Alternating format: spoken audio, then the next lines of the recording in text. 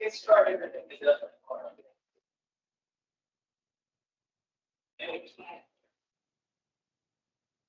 We can start we don't actually call it.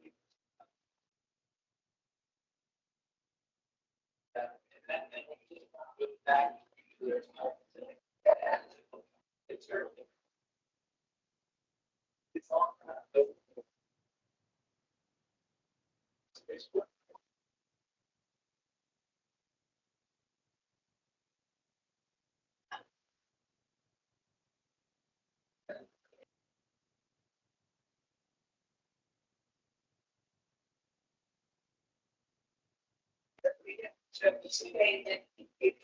Anybody here?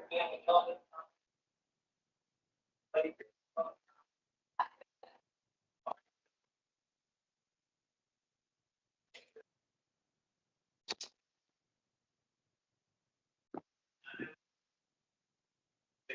can see everything before Dan until Darren gets. Darren. It'll be a few minutes late. He did let us know. Odie's online and so is. Thank you. So how many you have to have in the room? 3. We have to have one from each jurisdiction in the room to have a quorum. And they actually have to be in the room. Yes. So, March financials.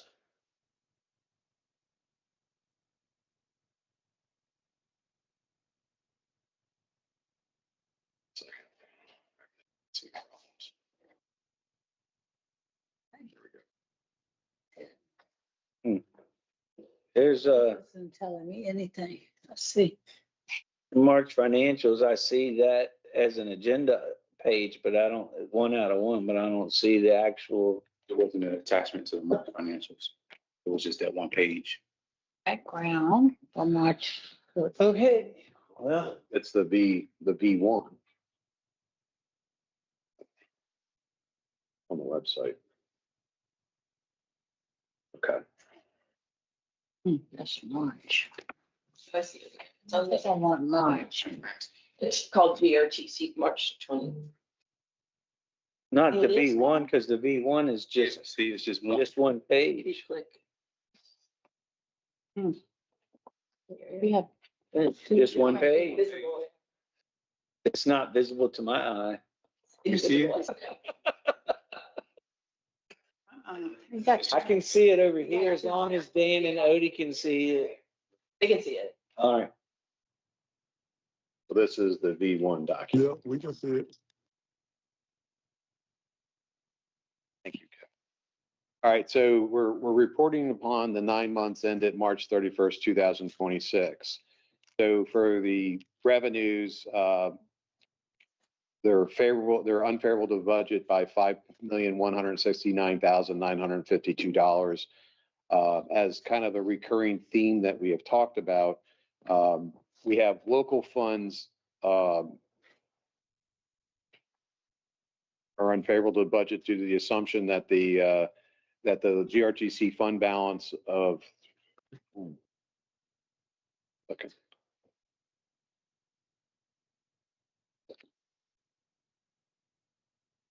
All right. So the local funds are unfavorable to budget due to the utilization of the fund balance was being contemplated in the fiscal 26 budget.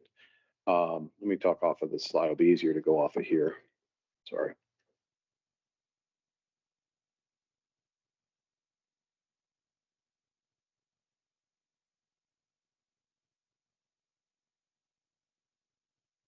So here we are. I get it.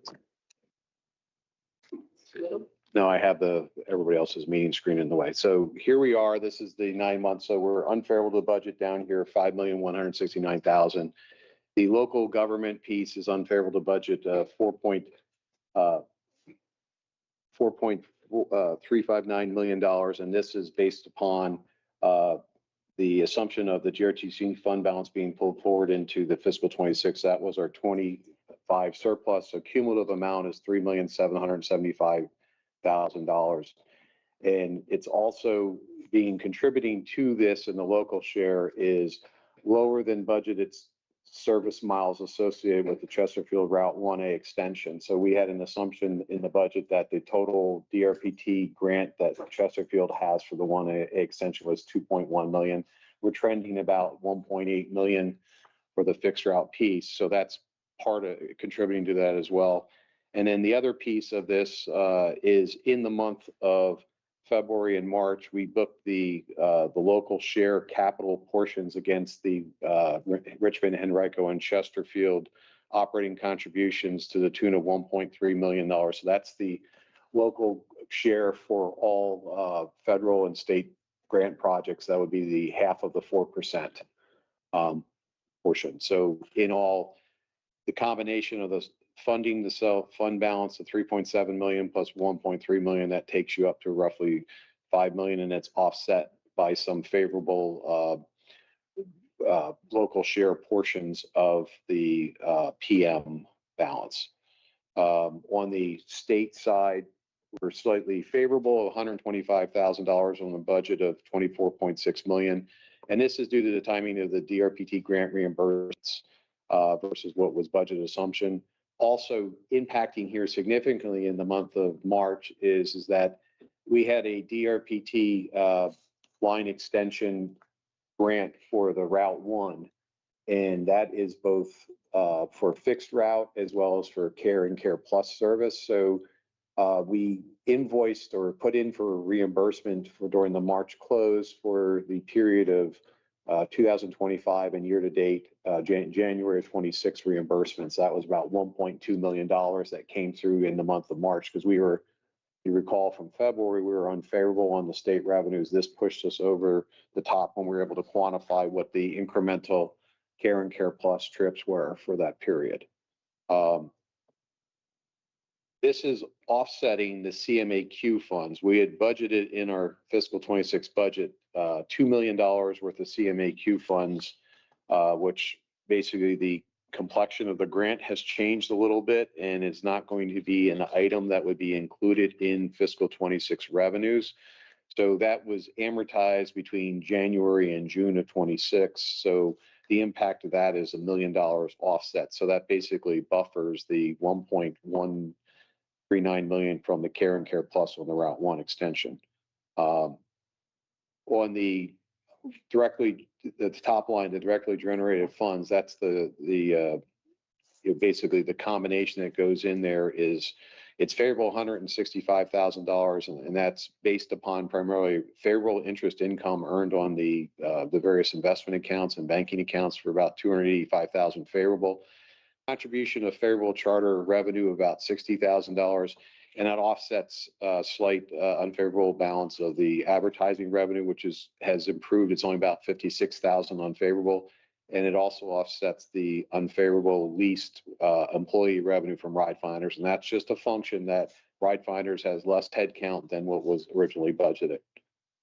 On the federal sides, down on the bottom, federal revenues are unfavorable, 1.174 million on a budget of 15 million, which is basically due to the timing of the fiscal 26 grant funded projects. Notably here is what you'll see on the expense side is we're favorable about $7 million in the planning and consulting, which is reimbursable at the Fed rate at 50%. So that's about $3.5 million of unfavorable variance. So that's being offset by higher than budgeted reimbursements for ARPA eligible expenses, which is $2 million. So the net of those two gets you to the net unfavorable performance of 1.1. So these are pretty much the same trends. The only nuance that was added that was different in March was the booking of the state reimbursement of the Route 1 for the Care and Care Plus. Going to the expense side.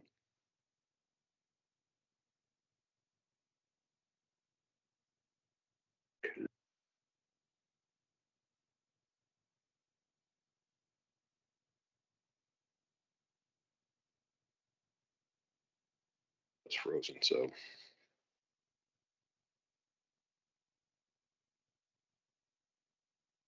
Down a little bit.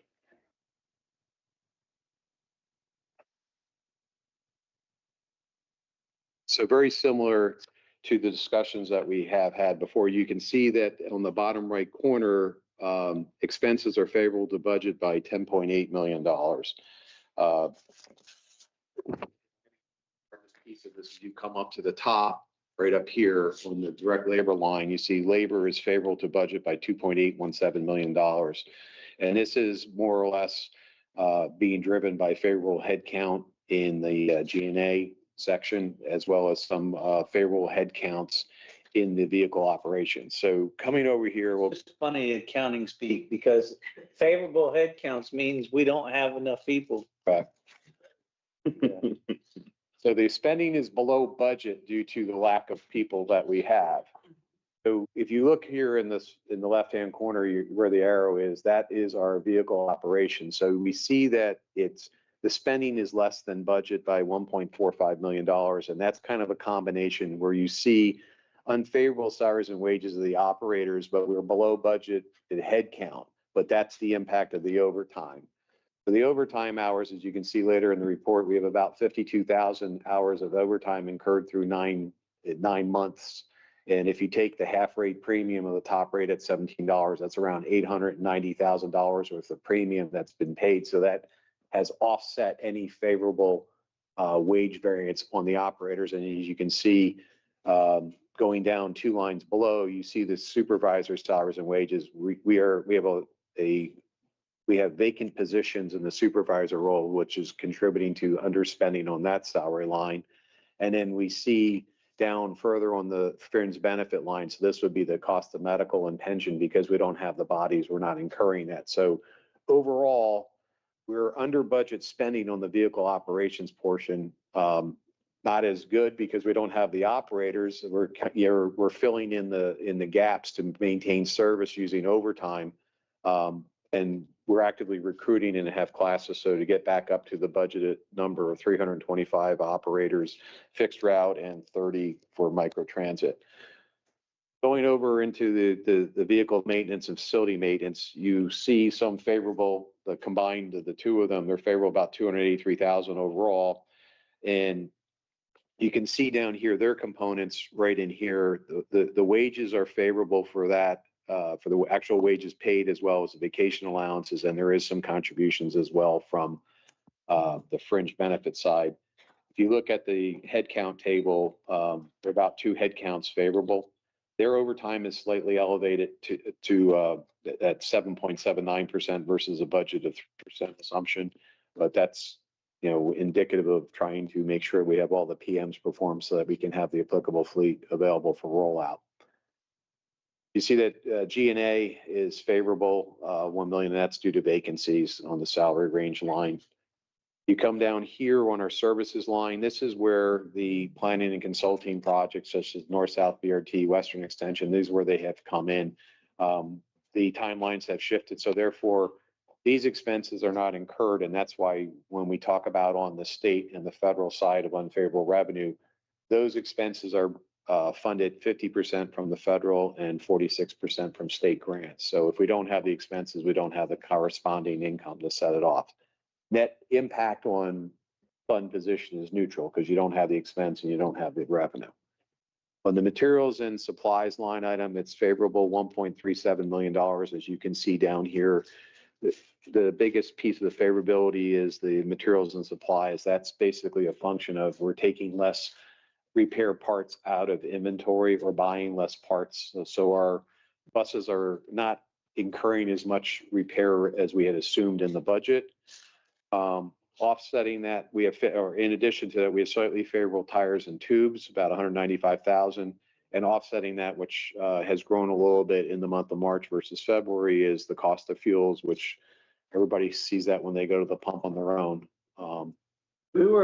We started the year and we got a good portion of the year in below what we thought the budget was, and now it's going the other way. But the next 3 months, depending on whether it comes back in line or not, will determine where we end up for the year on that. But overall, our budget assumption through 9 months isn't terrible considering the changes in everything. So that's actually relatively close. We have an agenda item that, that's asking for a contract amendment because of that, because of the gas. We're gonna use up all of our contract amount because of the increase in cost. So it's one of the things we'll go over. It could come back down. We don't know.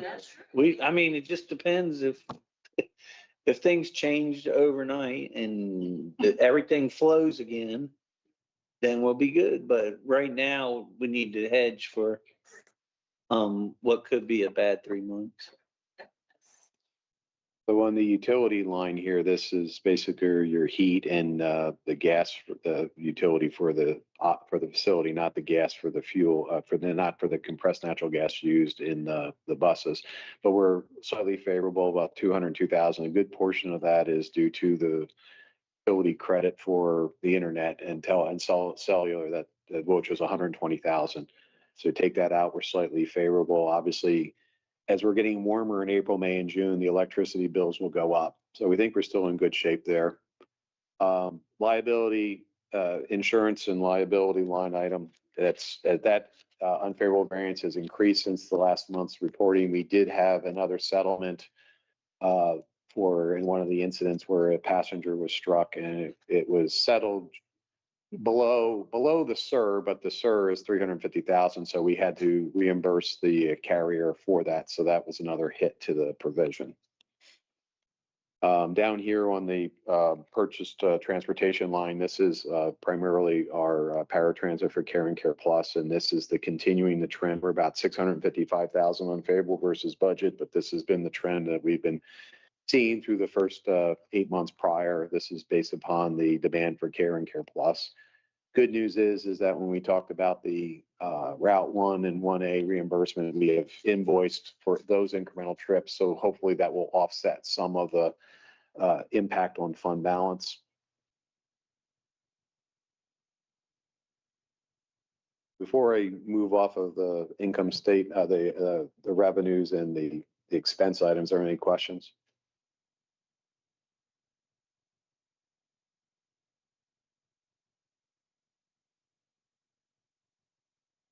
So I'm going to go to what we call the income statement here, so where you can kind of see the different components of this, or we talk to what our fund balance position is. So you can see here on the operating revenue, this is basically our charter revenue offsetting advertising expenses. And then down here in the other income, this is our leased employee revenue from RideFinders being offset by the incremental interest income. And then you come down to here in the operating contributions. Sorry, 112 foot. It's not gonna let me do it. So what we have here is we talked about on the federal, we have favorable 1 million, I'll use the pointer. We have a favorable utilization of COVID relief funds based on eligible expenses that were utilized for reimbursement. You can see here the operating contributions on the federal, and we talked about, as you can see down here on the expense side, planning and scheduling, those consulting fees were not being incurred. So that was roughly around 7 million. So 50% of 7 million is 3.5 million. So that's why that is unfavorable, 3.1 million.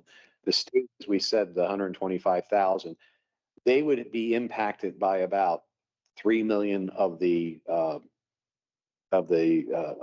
planning and consulting. However, that's being offset by the incremental Care and Care Plus reimbursements that were put in on the Route 1, as well as higher than budgeted reimbursements for the other line, the 7A, 7B, as well as the 19 and the micro transit reimbursements. The operating contribution deficit, or the negative performance there for CBTA, that's offset down here in the other contribution local. That's the two of them net to a slight positive. That's due to the impact of booking the local share against the operating contribution. That's why you see the Richmond, Henrico, and Chesterfield in red. That was due to the booking of the local share project portion against the operating contributions, and a little piece in that Chesterfield is due to lower than expected reimbursements for the Route 1A extension on the fixed route portion. As we talked about down here, you see the large red 3,775,000. That's the assumption of the fund balance that GRTC was absorbing in the fiscal 26 adopted budget. When you come down and look at the operating expenses by the functions, you see that equipment and facility maintenance is favorable, and that's driven by the head count. And as we recall, that was due to the favorable part expense.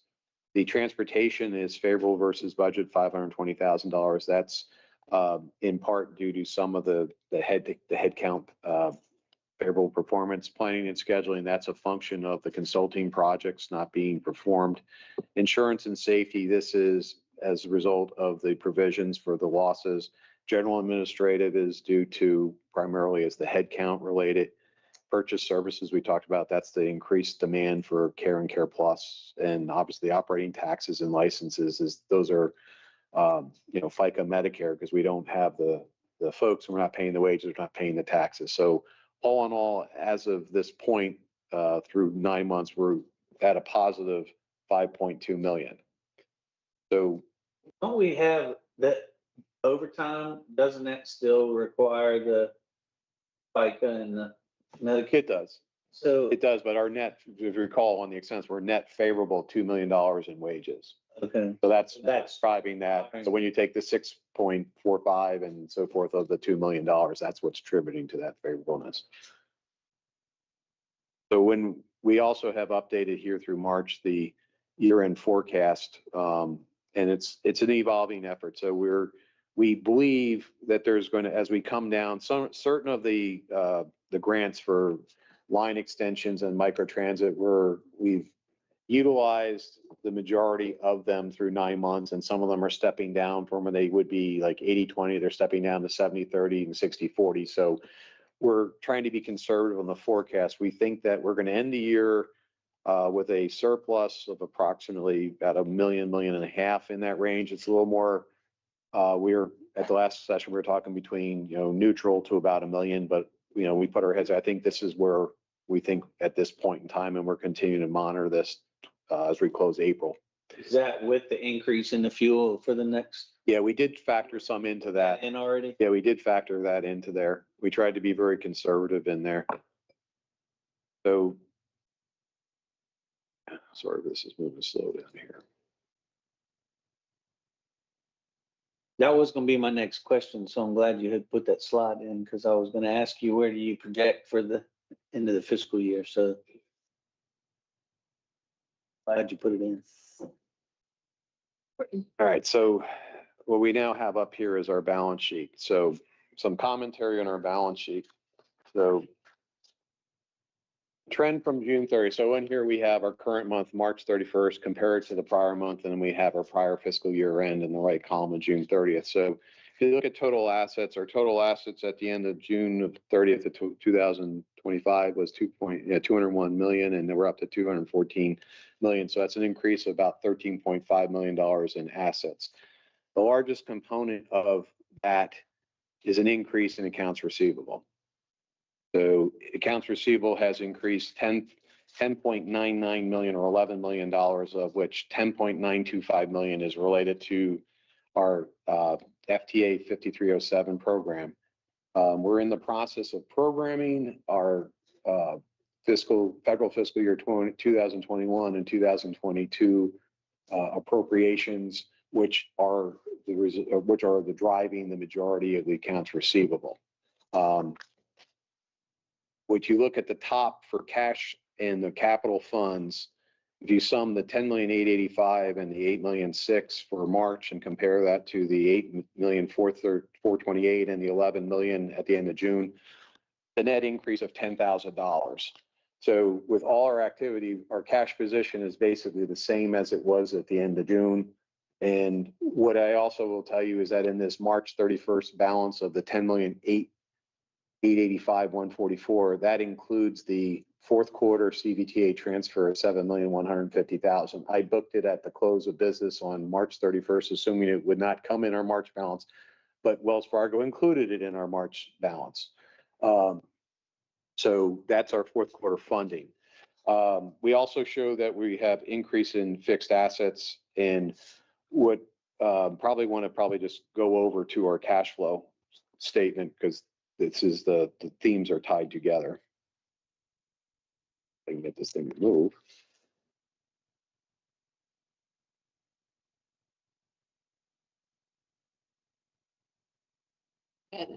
Yeah, no, I gotta go.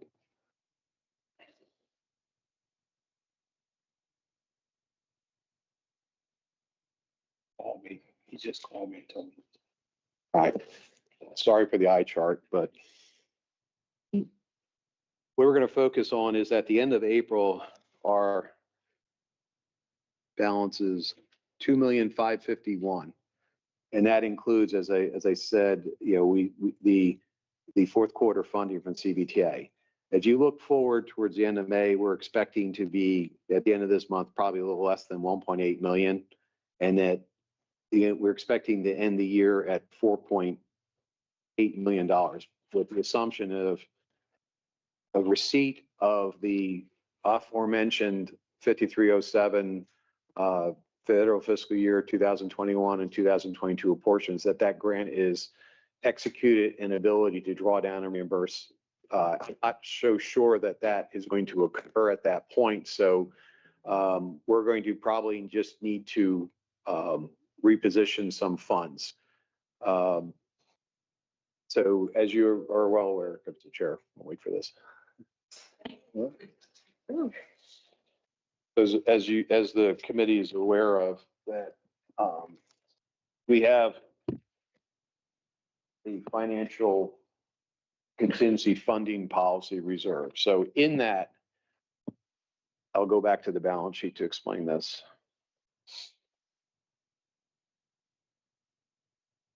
So right here on the restricted funds under the other assets, the $8,492,752, that is the funds that are held and are subject to the GRTC contingency funding policy.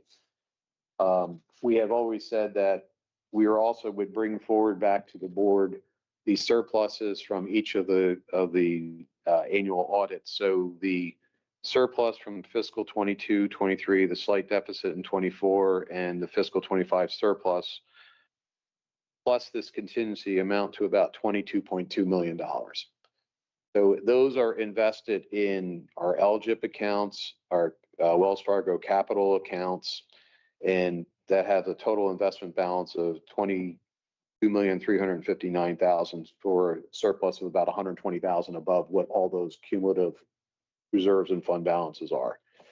So what we're we just want to have the dialogue with the members of the finance committee is the GRTC contingency funding policy that we approved in our August and 22 board meeting states that, we can access the contingency funds if we need to.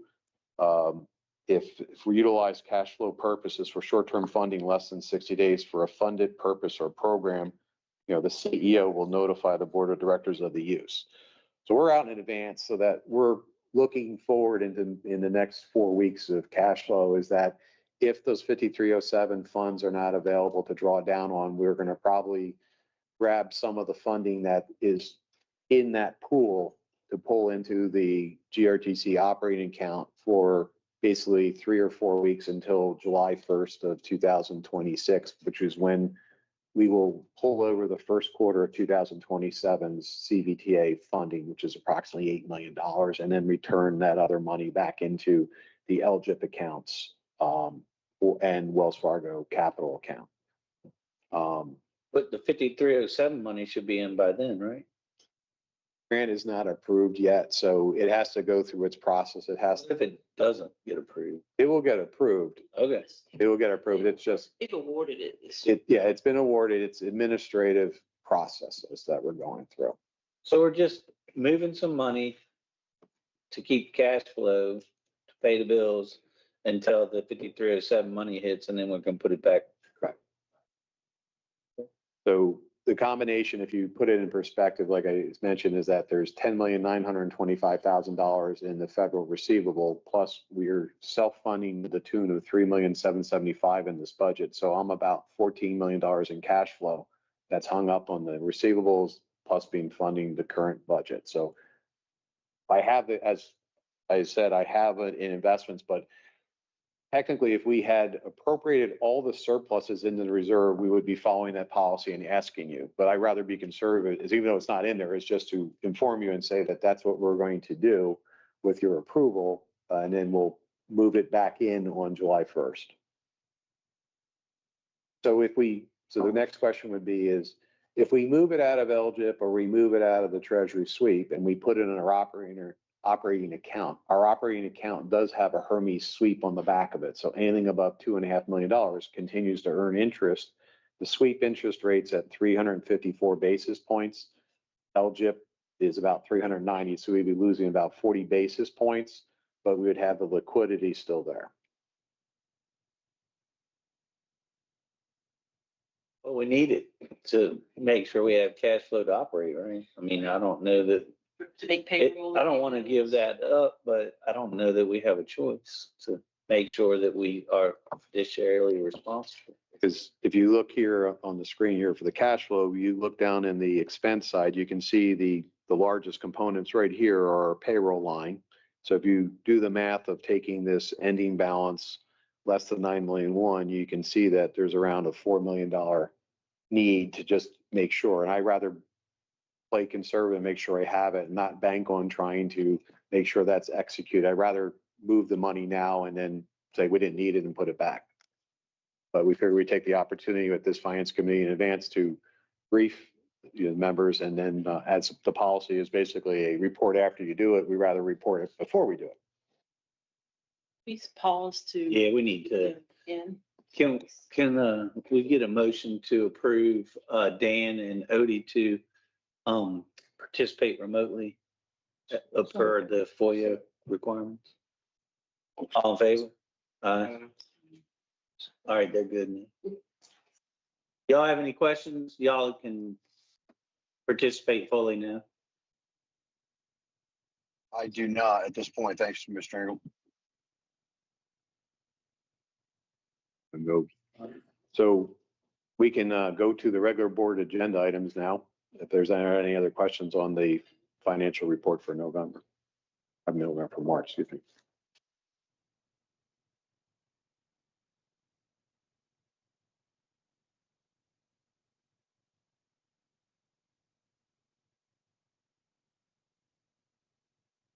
So going back to section 5A, it's the fiscal 27 budget. So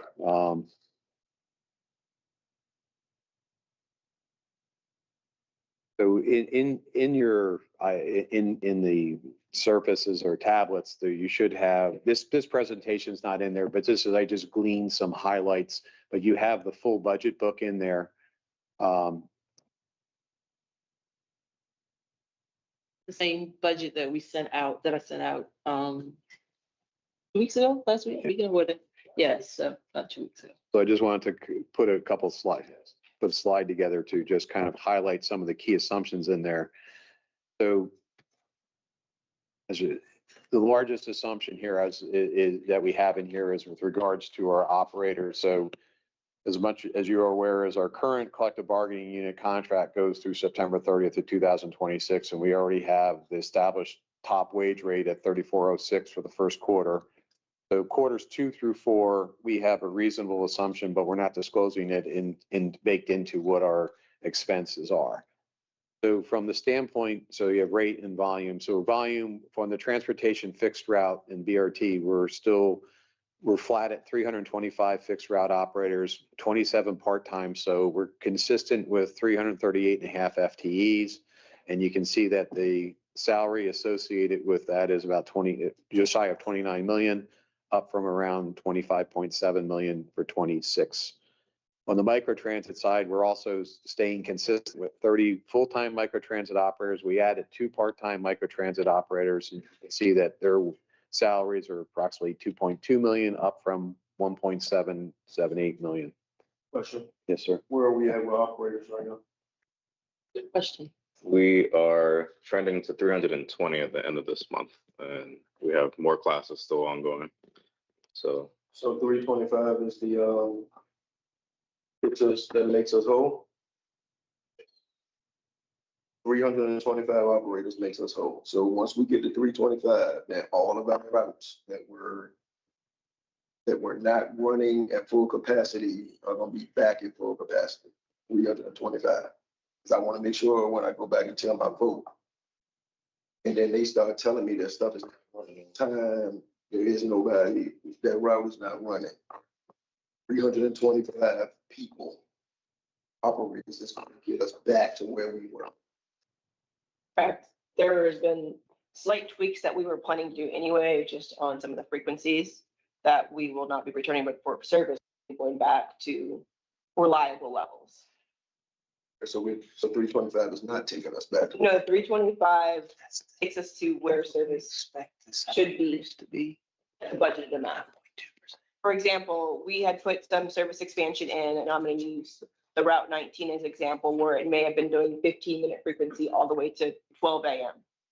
That's no longer needed. So we may stop it, as we already have, at 9 p.m. to do 30-minute service, opposed to 15 minutes to 12 a.m. That's the small tweaks that don't need to go back, but the rest of the service will go back once we get to the 325. Now, the 320 that he's saying, that's the number we are planning for the next schedule change. So we'll look at some service back, but the 325 we're not planning on recognizing until the next schedule in the fall. So once we get back to 325, 957 could only be this if it's at that. or I something, don't want to say all that out. let us know the tweaks that were made Yeah. compared to where we were. Because if we're Because making a tweak and we're at 325, Right now. actually 325 won't get us back to where we were. Yes, because we want to put it back and be reliable. That's what I was like, hey, that. Based on the inputs for the leads that we had, Kevin had done that presentation, we were still kind of having unreliable service. There still needs to be slight tweaks to the system to be able to be reliable and be. So let's say we didn't make the tweaks. I understand tweaks are, they're needed. Yeah. But let's just say we did. What would it take us to get back to? Full amount of new tweaks? I can potentially get that number by the end of the meeting. Like 15%. I just don't want to be a liar. So I've been telling my folk that once we get enough operators, then we'll be back up. You know what I'm saying? And it doesn't sound like I can reliably say that. I can say some of it might be back up, but some of it's still not going to be back up because we adjusting, tweaking, et cetera. Yeah, I don't need it right now. It just, since it was up there on the screen, it just gave me up to the next question. I think that's an important point though. You know, we tell people we're gonna be back in full I operation. mean, we really said it with our chest, that we're Yeah. down right now. But in a couple months, we're gonna get our folks back. By June, July, And I see 325 up there, that's what we budgeted for, but 325 right here is not the same as 325 what it was before we made cuts, is what I'm saying. Correct, that is correct. We gotta be able to, you know, I don't know about your folk, Councilwoman Robinson, but my folks been asking questions, so I want to be able to give them the right answers. You know. We did also provide a short-term program with Uber as well for those that are affected with those trips that aren't running. No, that's fine. I just need to know all that. I need to know if route blank, blank, blank used to be this, and then we cut it. And then my folks hear us say, we back up to full fixed route operators, but that route still need up. They're gonna ask questions. So we need to be able to justify, because I don't want to be a liar. So I don't want to, if I'm telling them 320, 325 was what we need, and then we get there, and that's not restoring our full service, then it's almost like you're not telling the truth. Yeah, they're working on alternatives now, so we don't have the exact schedule that's going back in with the additional trip. So we'll get that to you and then the plans for the fall as well. Thanks. But based on the tweaks that you're making, based on need, so we shouldn't be getting a lot of requests for additional services if you're making the tweaks at the places where they need to be. Correct. And where they shouldn't generate that kind of complaints. And if they are, then we need to look at where we need to tweak. And then if it's one person, that's where the Uber could also be beneficial.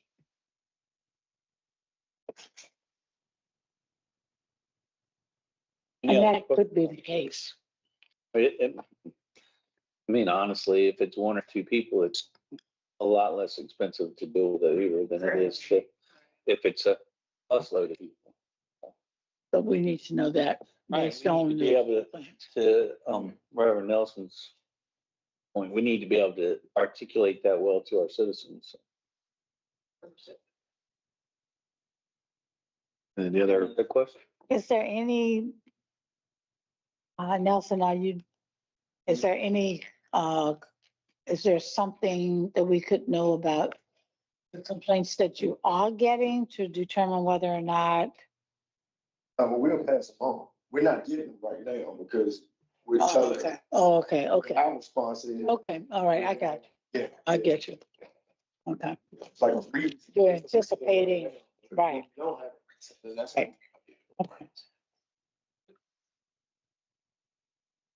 so in the collective bargaining, this is the vehicle maintenance side here, is that we're showing about one CBU position increase in mechanics to support. Next slide here is kind of showing the operating expense assumptions that the budget was built on. So basically, not no significant changes contemplated in the route mileage or frequency changes from 27 to 26.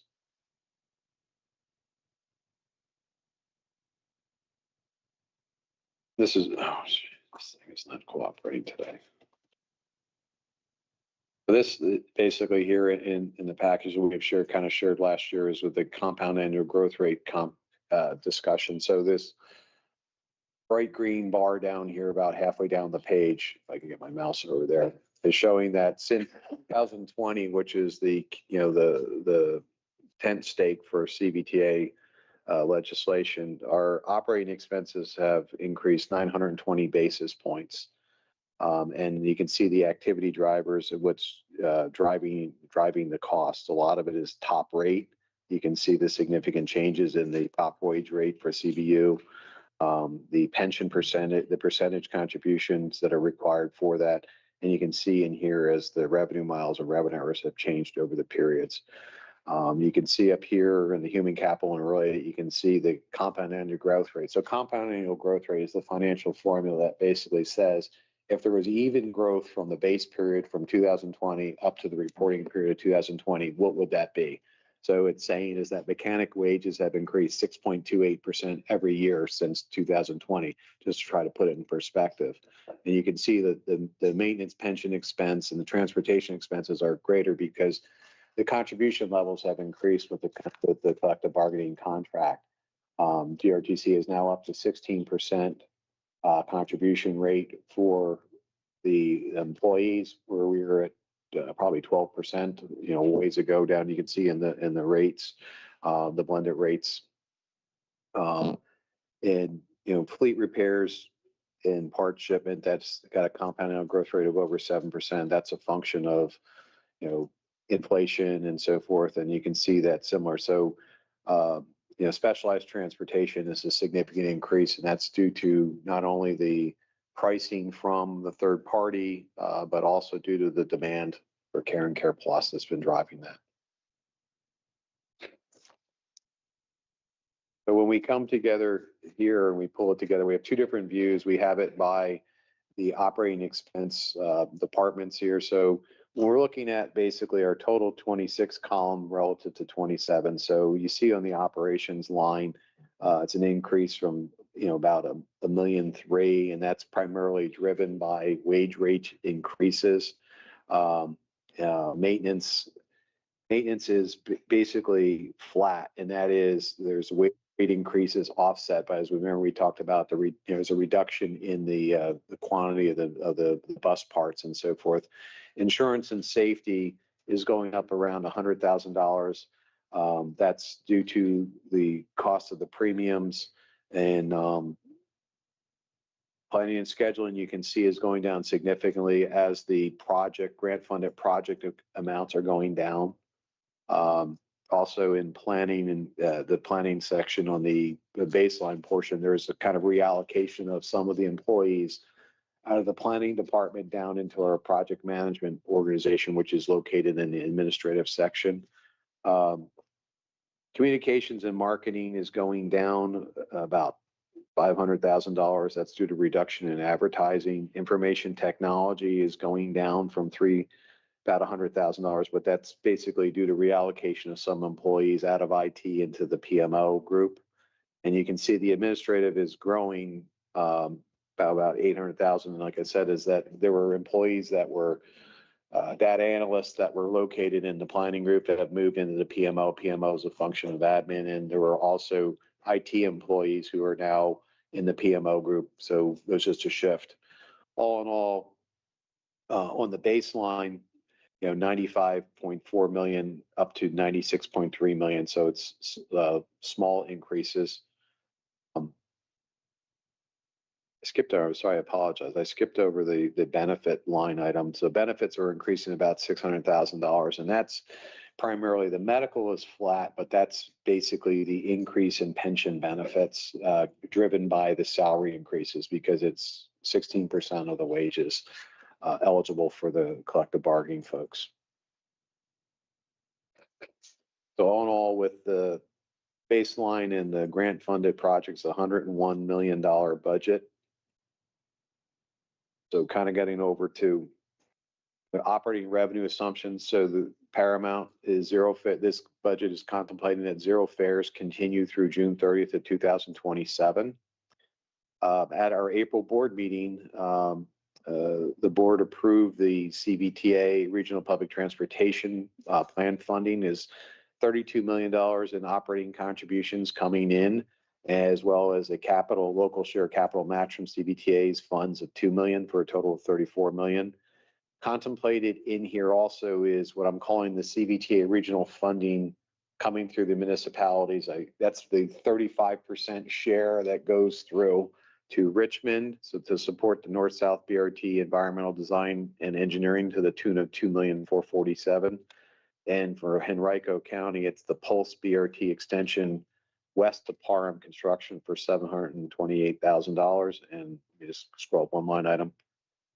But just to remind people, Richmond and Henrico aren't putting that in. They are the requester from the 35% pool, not from their 50% pool. Correct. That's correct. We're just calling that out as that we have that in here because as those are incurred, we're going to be invoicing each of Richmond and Henrico for reimbursement as the expenses are. Because CBJ will give it to them and then they'll pass it through to GRTC. All right. Then also in here, I just wanted to put in here for clarity that the DRPT grant for the Route 1 extension for Chesterfield, we have it budgeted is $1,950,000, which is a combination of fixed and paratransit service.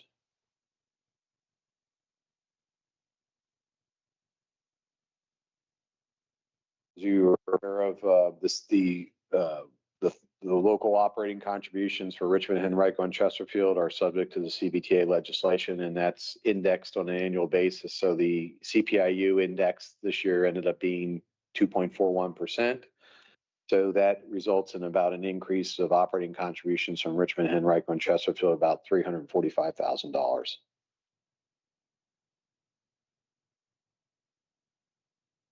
And this is the calculation in there if anyone cares to go through it. And then this is the individual calculations for each of them, of the three entities, which I'll just go to.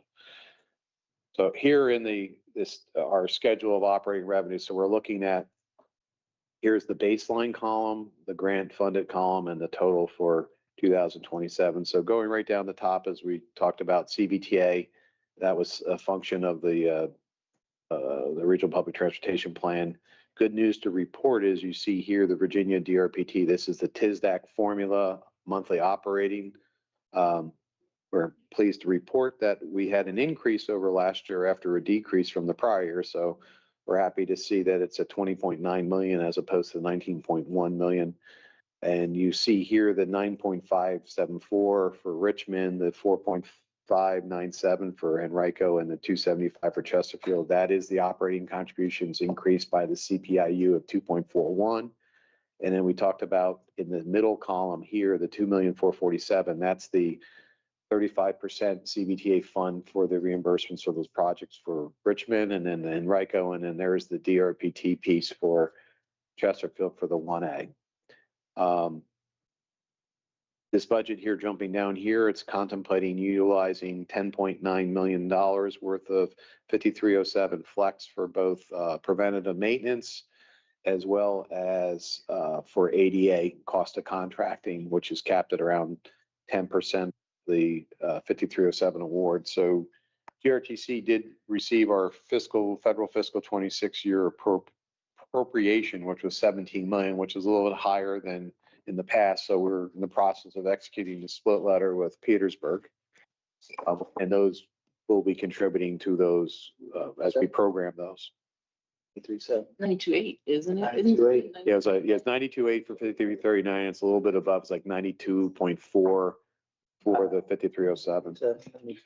They've already emailed me asking for the split letter, so they're ready. Oh, But it was like seven something and 92 something. But Yeah, thank it you. was like 92.4 and 7.5 for the 5307 piece. It's 92.8 for the 5339. The MOU grandfathers them at their 2021 level of funding for the 5307, which is 1,331,000.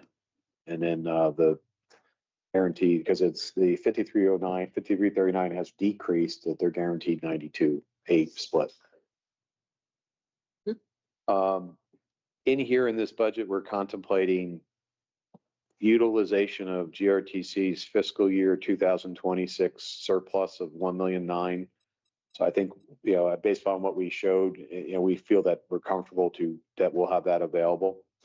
And then, the operating expense reimbursements for the state, this 9.2 million. This is basically our line extensions for the Route 1, 7A, 7B, and 19. And the federal grants are, the 1,085,000 is primarily comprised of admin software reimbursed on the 5307 basis.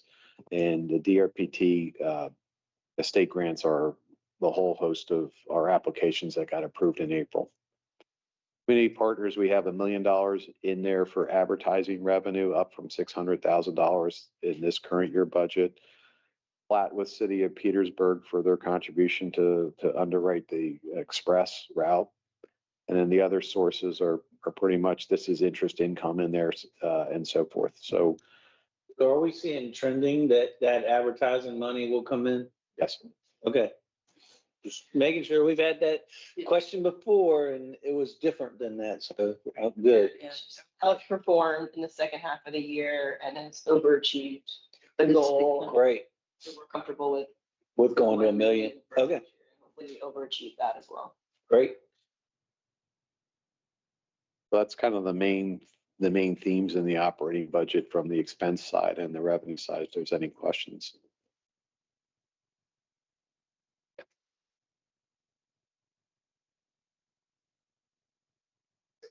Yeah. I'm following along with the budget. And the chart I'm looking at doesn't really think it was. What page are you on? So yes, there is an adjustment that went in. So you're looking at the surplus thing as a number of 278 versus $1.9 million. Yes, What pages? Yeah. I'll tell you. It says in the bottom, right? Huh? 6. Yes. Yes, there's an adjustment between the funding. It says 1.6 million was added to the GRTC appropriation of prior year surplus and taken away from the operating expense reimbursement grant line. So that number was like 10.8 million, right? So it's just a shifting from the one to the other, was a correction that we made after we mailed out. Numbers at the bottom are the same. Yeah, the numbers are the same on the bottom. It's just Just we moved $1,631,000 out of the state into the funding. I want to check it, see if the people know about it.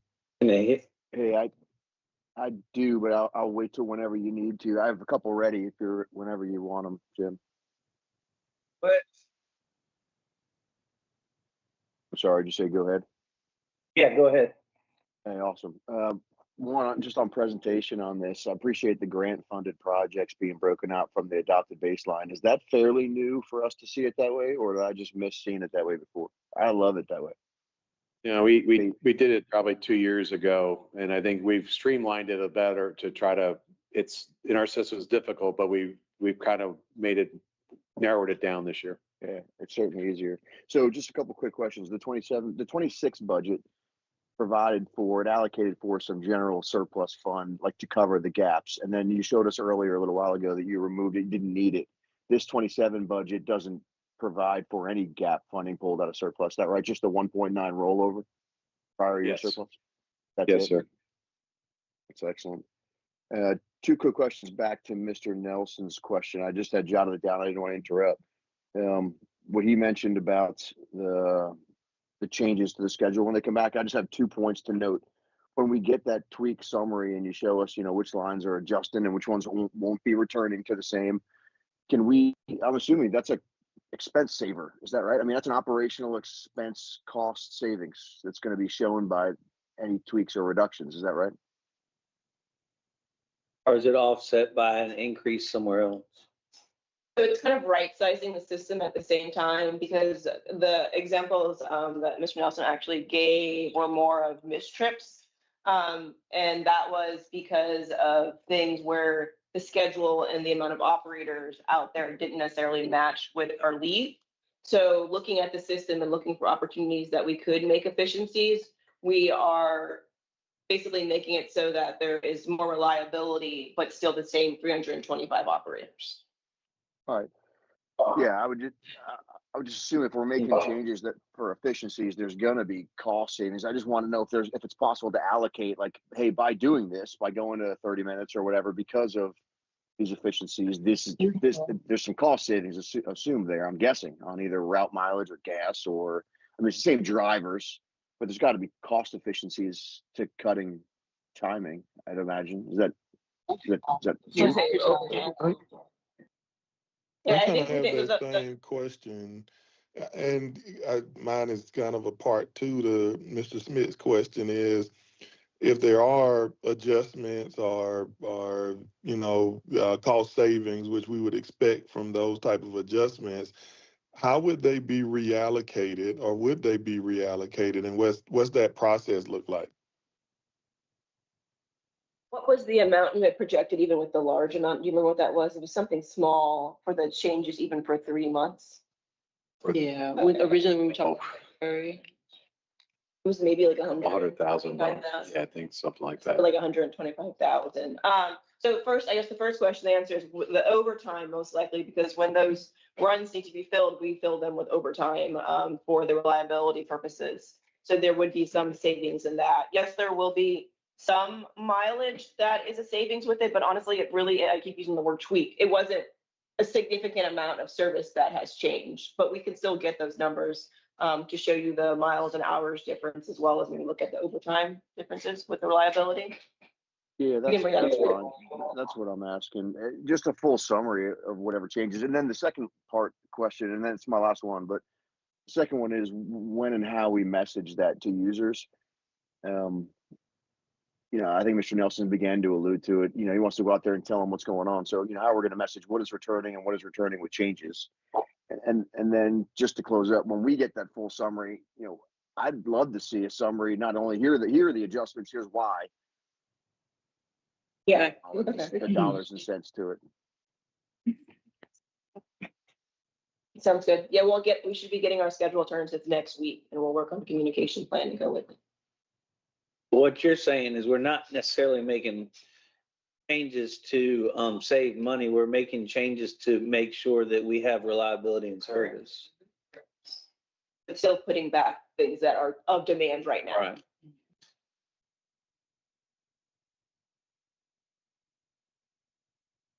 Any other questions? Not from me. Just those.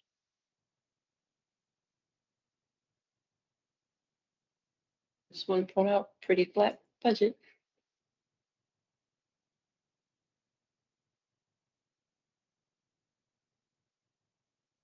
All right. Action, right? Yes. Agenda is. I got one Oh. question. Go ahead, Odie. How's staff feeling about the budget? We worked hard to get this budget, so we're feeling pretty good about it. We're feeling that we have what we need in there. We didn't have to cut too much, but we challenged each of the departments to streamline and pretty much bare minimum, but we're feeling good about it. So the overall percentage change in the budget from last year? Less than one, what was it? What was the overall percentage? 1%? I think it's 1%. You had given, 1%. Bogdan, I want to recognize Bogdan here because he's worked hard with each of the departments to get this budget for us. So, it was 1%. 1%. Yeah. Lots of iteration. That's with increase in expected increase in salaries with the union. So that's of more than 1%. So that's. And it's with also those grants that had fallen off as well. Mhm. That was an action item.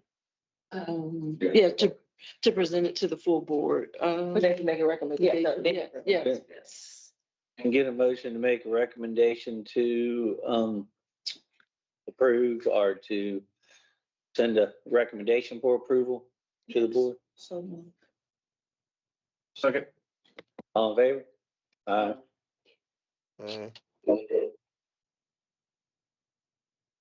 You voting, Dan? Yeah, Dan was thinking, I was trying to process in my head what, if we needed that or not. Do we need to move forward because the board hasn't seen it. So, what is the process Just a here? recommendation. We're just making a recommendation for the board the finance committee is okay with this, and we're okay for the board to go forward with it. That's all we're Yeah, the board makes the final decision. recommending it to the board, that we were okay with it as a committee. Correct. Yeah, I mean, I hear you. I'm fine passing it on to the board. It's for all deeper good. review. We got 4 yeses. We just need one more answer, good, bad, or indifferent. What you got? Yeah, so when is the board reviewing it? Tuesday, the 19th. Tuesday at the full board meeting. Already, they got sent at the same time we did? Yes. Yes, sir. Yeah, I'm good. You can mark me down as a yes, Mr. Engel. Thank you, sir. Next item. So the next item up here is for the medical insurance broker services. So GRTC issued RFP 25626-01 for qualified insurance brokerage firms to submit proposals for our medical insurance brokerage services. So we received proposals from Marsh McLennan, Gallagher Benefit Services, James Scott, and Front Point Group, all which were deemed responsive. Each proposal was then reviewed by the evaluation team. Based on the evaluation criteria, the evaluation team selected Marsh McLennan, Gallagher, and Scott for interviews. And then based upon the interviews and the best and final offers submitted from the 3 finalists, the evaluation team selected to retain Gallagher, who is the incumbent. And based upon, I'm sorry, Marsh McLennan. Sorry. Yeah. Yeah, so, I'm sorry. But you got a little reduction then. It was Marsh McClellan there. I'm sorry. I don't know why. I guess I caught my eye. I saw him there. Sigh of relief, because Oh, I wrote the resolution too, so I don't know. I'm asleep at the wheel here. So the panelists selected Marsh McClellan Group, who is the incumbent. And there, as you can see, the summarization of the 5-year proposals there. Marsh McClellan ended up being the lowest bid. And it was underneath the BAFA, the independent cost estimate of $318,000. So staff is looking for recommendation to the board of directors that authorizes the CEO of GRTC to execute a contract with the Marsh McLennan and Agency for a contract for medical brokerage services that includes a 3-year base contract period and an option for 2 additional 1-year options not to exceed $267,500. Sorry. Oh, true. I can't read and scroll. I can't even read today, so I can't read and scroll. That would be asking a lot. there you go. Yeah, right there. No, back Yeah, up, back up, Yes. right there. Yes. Recommendation to approve. Get a second? Somebody, Need a second. Second. all in favor? Aye. Overall, we feel that our total team is pretty healthy. Are there any other? Odie, did you vote?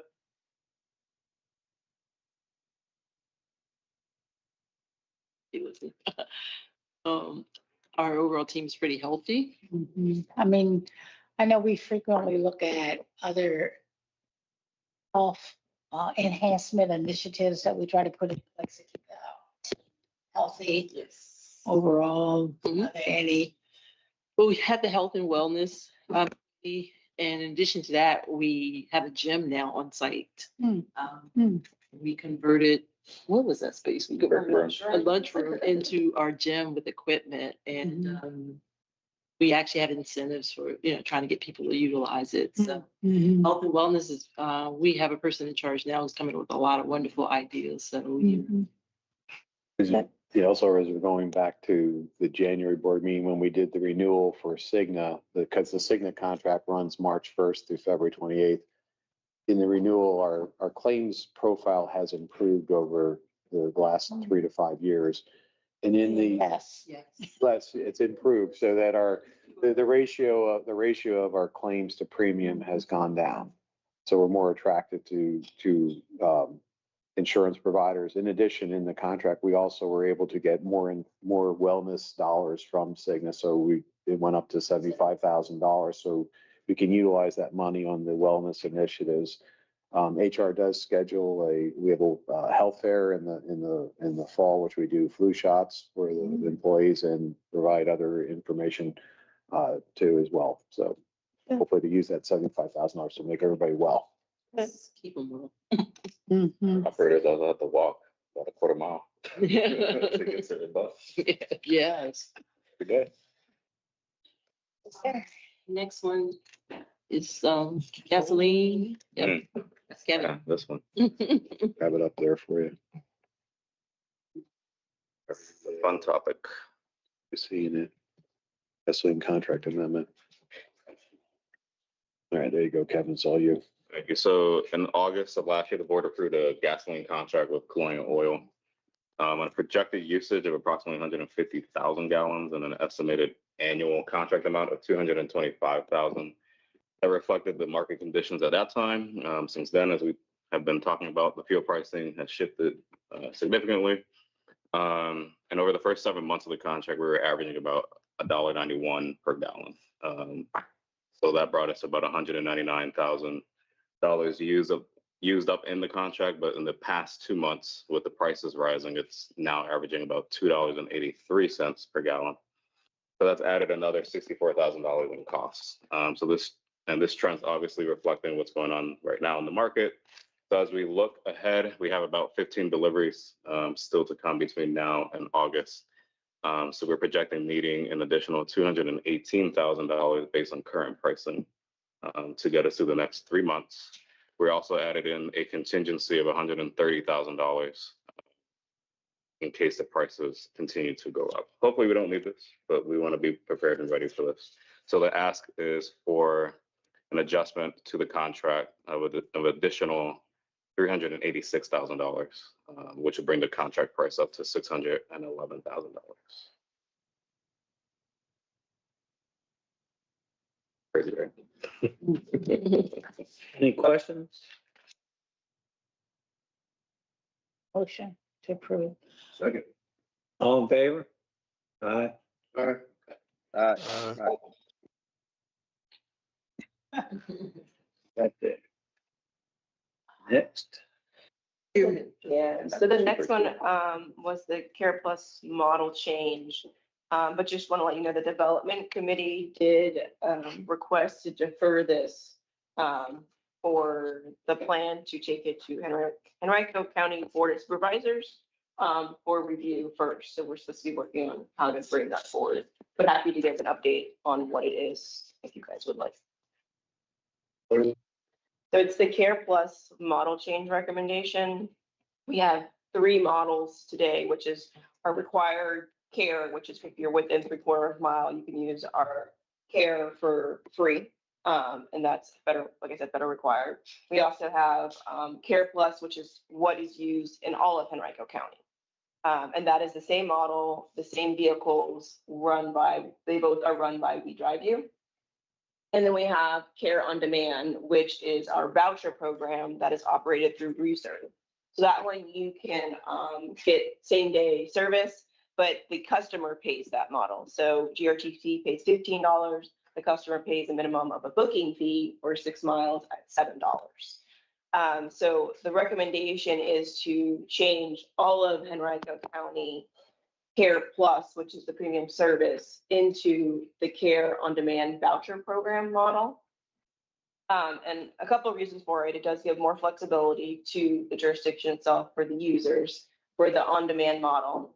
But there are 2 additions that we want to do to that if we do move forward. One is all of the Care on Demand users that fit within a 200 federal poverty level would be able to continue to use the service for free. So even those who are in the care area today who are paying for it, they would be able to be subsidized for their $6 through GRTC. And then those in all of Henrico County that still qualify within would still be subsidized for 0 fare. The difference with those who do not qualify under the federal poverty level would then be required to pay the $6 booking fee in the greater on-demand Care Plus model. And so for GRTC, that is a significant savings as well as an operational efficiency because we are required to do the paratransit federally, and the need for that service is impacting some of the just reliability of that service.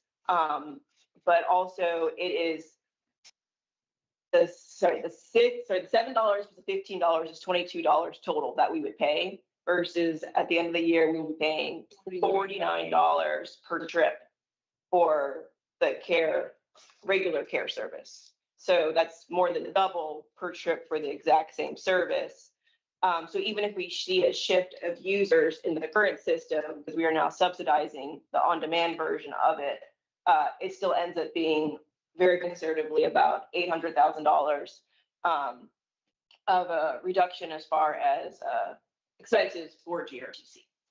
Now, the concern, of course, which we had brought up before, is now this is a model change for the users who are using Care Plus currently in Henrico County, and primarily those who are not within the 200% property level now would be required to pay a $6 fee. Sorry, I always say it backwards. It is 6 miles for $7, the $7 fee. So since that is a mode and a service that's currently offered, want to go through the proper channels to make sure that is something that is supported, or is there a dollar figure with Henrico County to be discussed? So that So GRTC acts, it's going to the board of supervisors. How did we ask for this? Terrell, yesterday Terrell was in the development committee meeting, and we went over this because we're looking at ways to save, because our care service is over budget and will continue to be over budget based on the demand. So we had WSP consultant come in and look at the Suggestion. that was one of the recommendations. So Rail heard the recommendation and said, he wanted to make sure Henrico County is well understanding that this will impact their constituents prior to GRTC. So we're gonna have people in Henrico paying to use the service.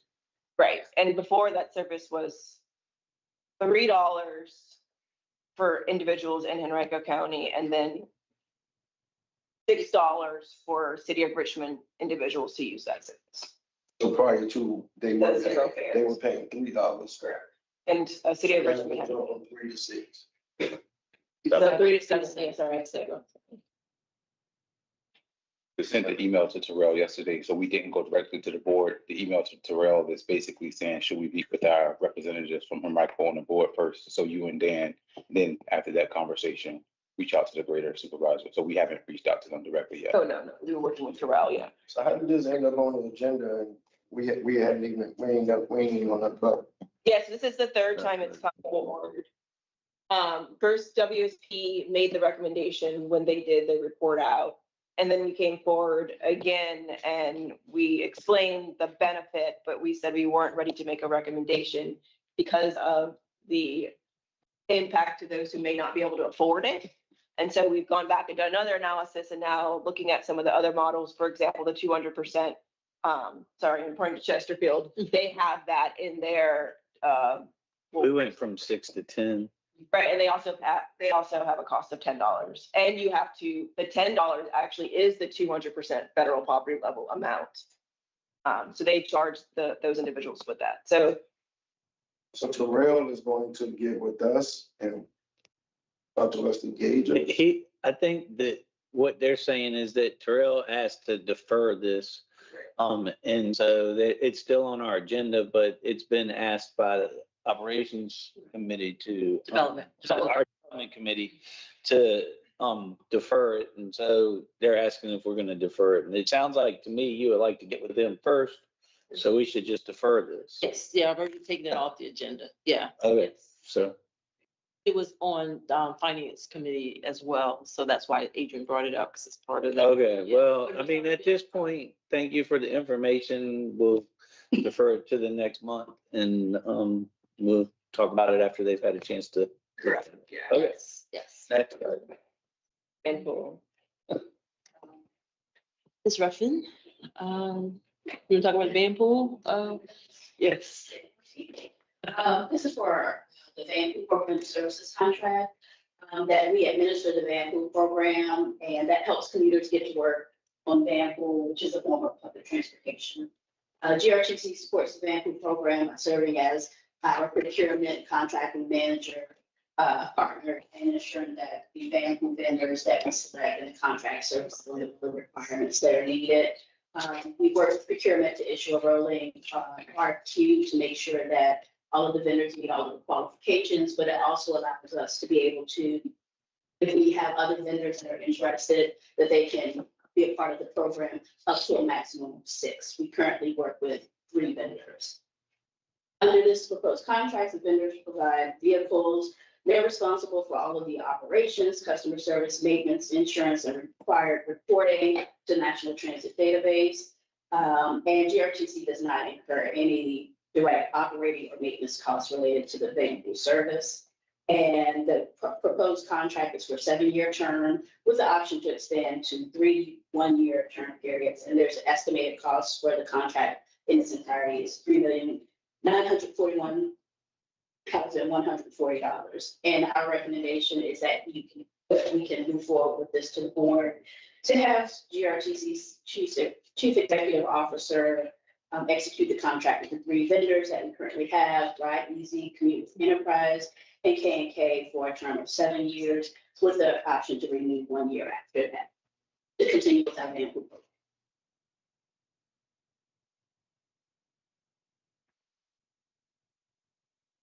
Question, are you saying that you are opening it up to increase the number of vendors? Yes, what happened was because we have not done RFQ in because of the other contracts, we had vendors that reached out and wanted to be a part of the program, but because we had not issued one, they couldn't be a part of the program. Is there a fee to the customers? Well, they have to pay for the van pool itself, the cost of the van pool. Some of them are, federal employees, so they get pre-tax so they can support their commute.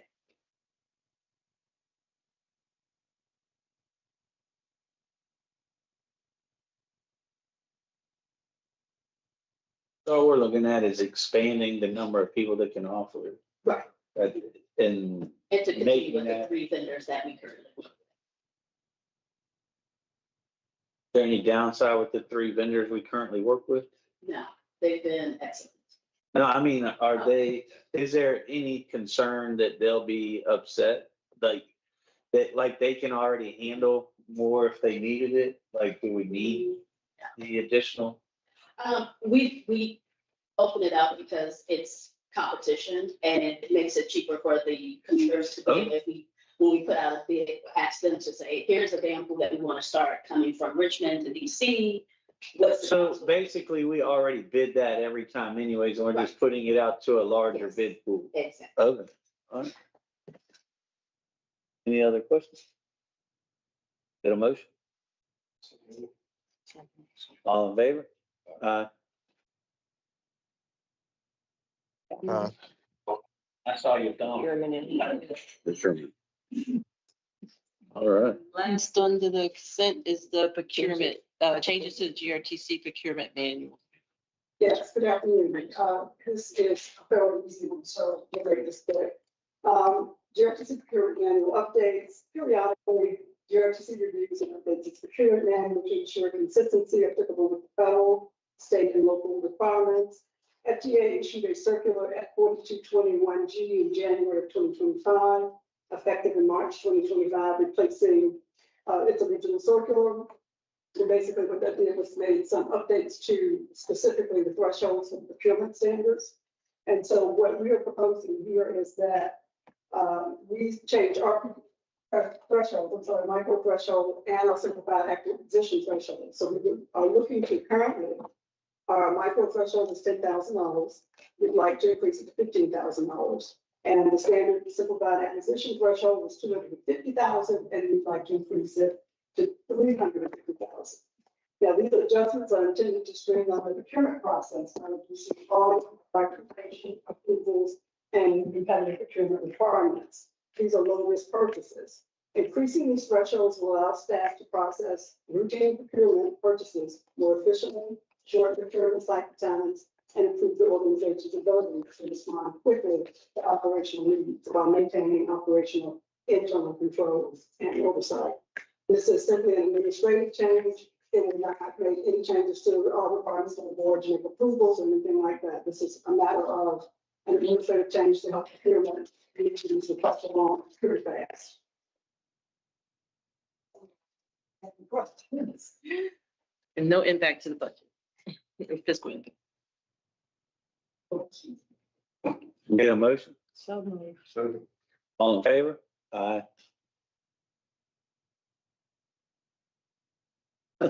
There's Dan's gonna, all right.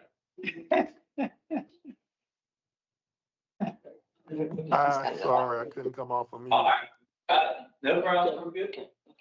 So we still need to go back and do approval of minutes.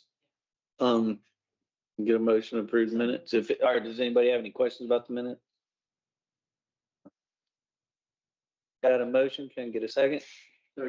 All in favor? Aye.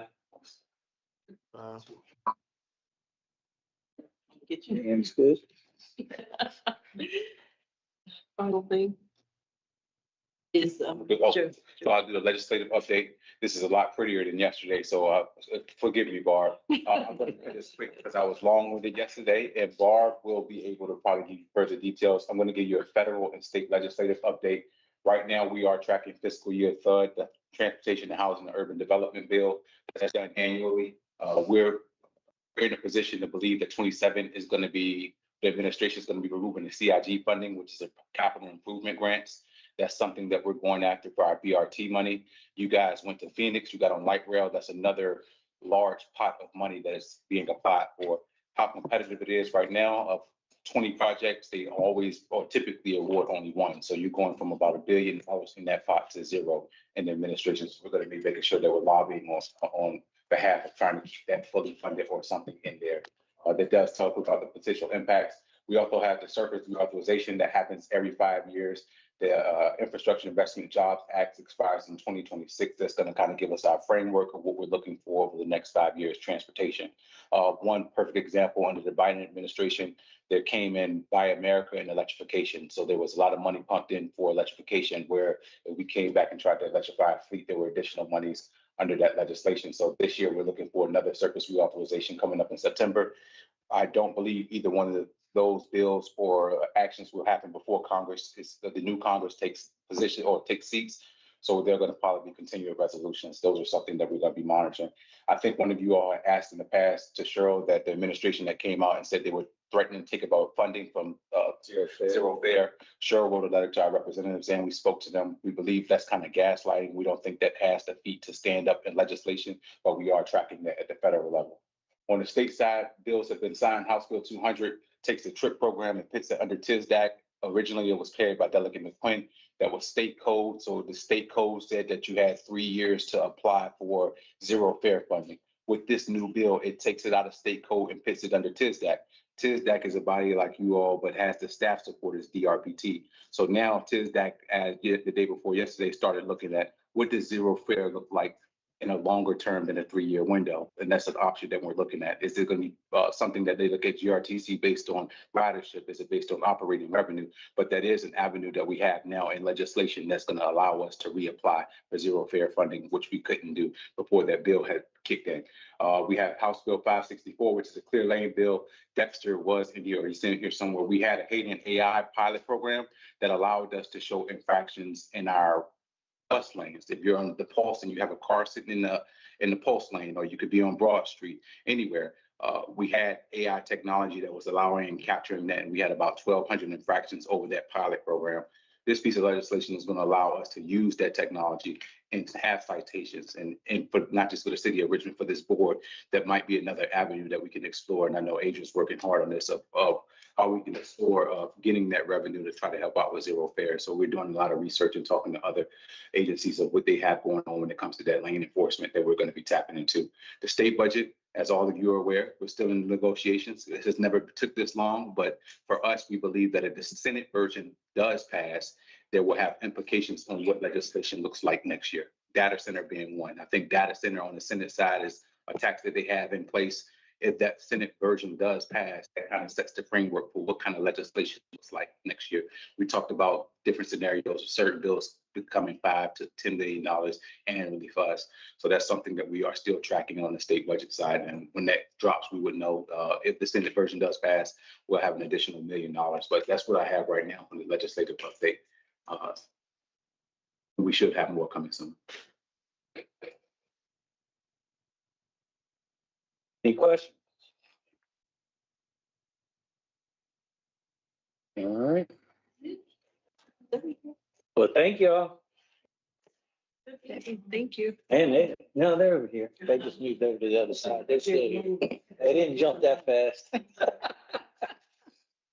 Thank y'all for logging in. Done.